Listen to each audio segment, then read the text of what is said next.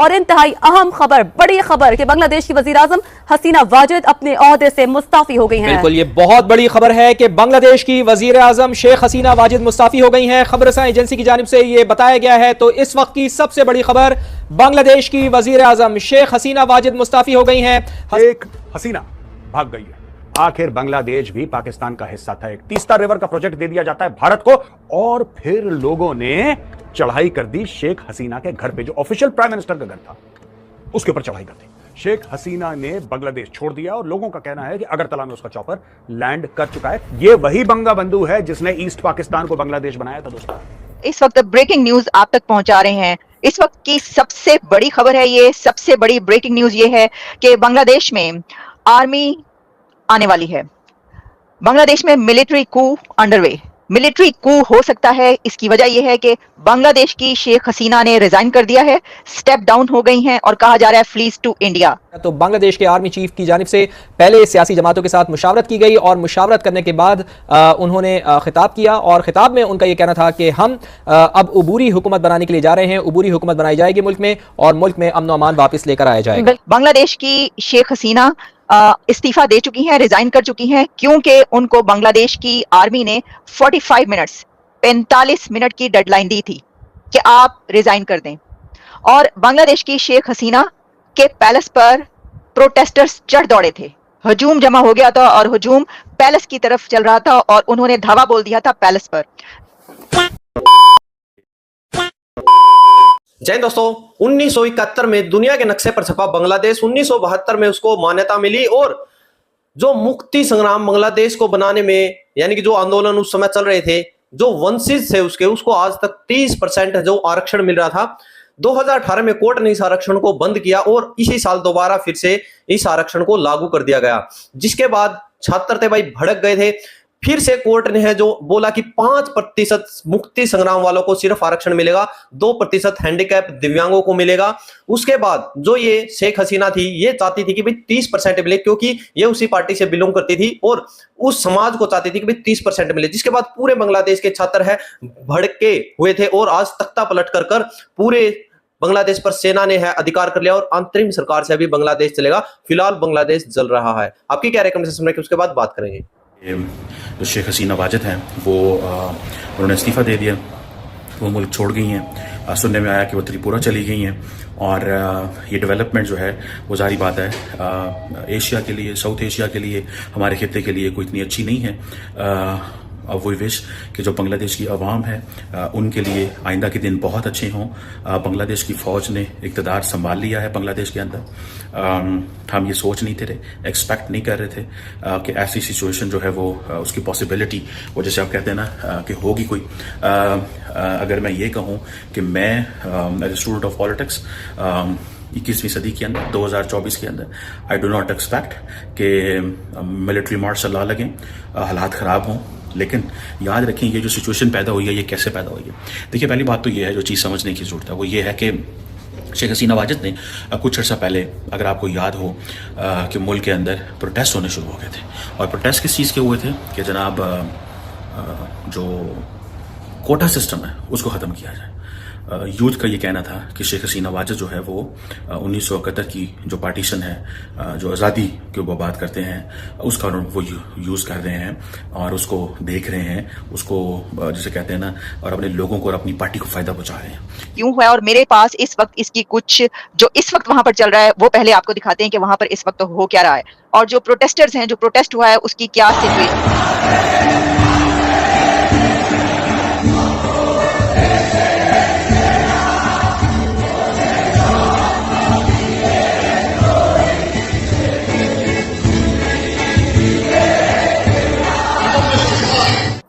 कहा यह जा रहा है कि तारीख का, स्टूडेंट्स और यूथ का ये एक सबसे बड़ा प्रोटेस्ट था, जो ऐसा प्रोटेस्ट आज तक देखने को नहीं मिला कि स्टूडेंट्स और जो यूथ है वो ऐसा प्रोटेस्ट करे।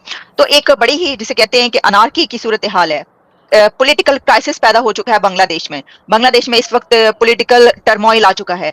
तो आप 100% आर्मी को वालिया जी एग्जैक्टली नजर ऐसे ही आ रहा है कि 100% आर्मी क्यों है और इसमें मैं आपको इसकी कुछ और डिटेल्स पहले बताती हूँ, फिर मेरे पास कुछ और इसकी वीडियोस ये हैं कि वहां पर जो बांग्लादेश की हुकूमत थी यानी कि शेख हसीना की जो पॉलिटिकल पार्टी थी उसके खिलाफ प्रोटेस्ट अब यहां तक बढ़ चुके हैं कि उनके जो पॉलिटिकल लीडर्स हैं जैसे कि शेख मुजीबुर रहमान, उनके मुजस्समा भी एक जगह पर तोड़ा जा रहा है। ये आप देख सकते हैं, देखिएगा, ये आप देख रहे हैं कि लोग उसके ऊपर चढ़ गए और उसको भी तोड़ रहे हैं। और ऐसे बहुत सारे ऐसे मॉन्यूमेंट्स जिनका ताल्लुक जो कि उस पॉलिटिकल पार्टी शेख हसीना की पॉलिटिकल पार्टी से बिलोंग करते हैं उनको अब तोड़ा जा रहा है, खराब किया जा रहा है। हसीना भाग गई है।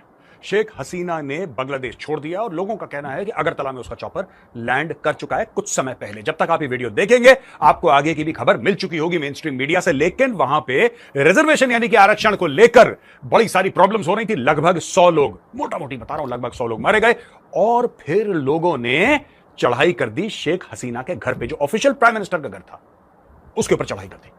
और दोस्तों ये कुछ फोटोग्राफ्स हैं जिसमें आप देख सकते हैं किस तरीके से लोग उसके घर में जा रहे हैं, उसका फर्नीचर चोरी कर रहे हैं। आखिर बांग्लादेश भी पाकिस्तान का हिस्सा था एक टाइम पे, आपको याद होगा 9 मई को पाकिस्तानियों ने क्या करा था जब घुस गए थे कोर कमांडर लाहौर के घर में। उसके घर से भी उन्होंने कोरमा चुराया था, मोर चुराई थी, स्ट्रॉबेरी चुराए थे, सब्जी दाल चावल सब कुछ चुरा लिया था। वैसे ही बांग्लादेशियों ने शेख हसीना के घर में घुस के उसका फर्नीचर चुरा लिया, पता नहीं क्या क्या और चुरा लिया वहां पे, सेम टू सेम।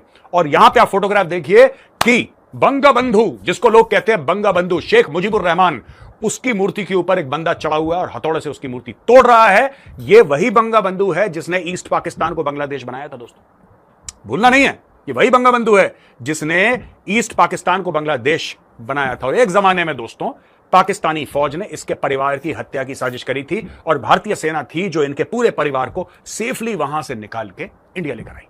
अच्छा दोस्तों, ये तो होगी बैकग्राउंड स्टोरी। अब हुआ क्या है वहां?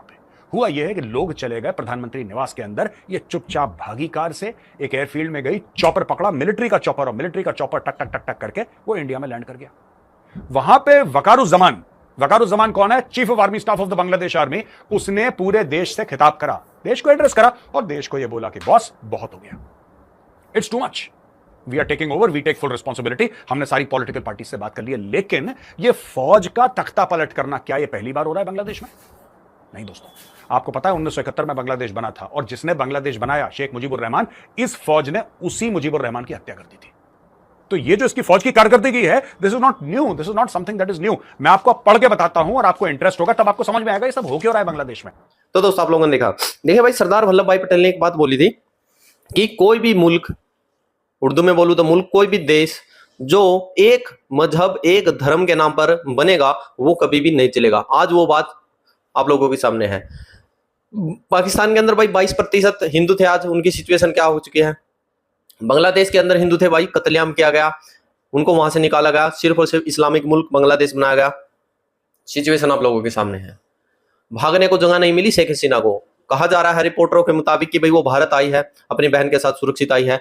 देखिए, इस 7 तारीख को फिर से कोर्ट में फैसला आना था, बट उससे पहले जो शेख हसीना का जहां पर वो रहती थी उस पीएम आवास में भी जो है छात्र घुस गए और उसको भी वहां पर जाकर फूंक दिया। उसके बाद 45 मिनट का जो है, आप लोगों ने वीडियो में देख लिया, अल्टीमेट दिया था कि 45 मिनट है, इस्तीफा दो, नहीं तो आर्मी ने बोल दिया था कि भाई अब हम चलाएंगे। क्योंकि अब तक बांग्लादेश है जो सरकार चला रही थी, बट सरकार पे बांग्लादेश नहीं संभला, तो देश के बाद फिर आर्मी संभालती है।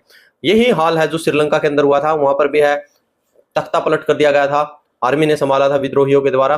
बांग्लादेश को हो चुका है, अगला नंबर पाकिस्तान का। आप लोग क्या रिकमेंडेशन? जय जवाहर, जय श्री राम।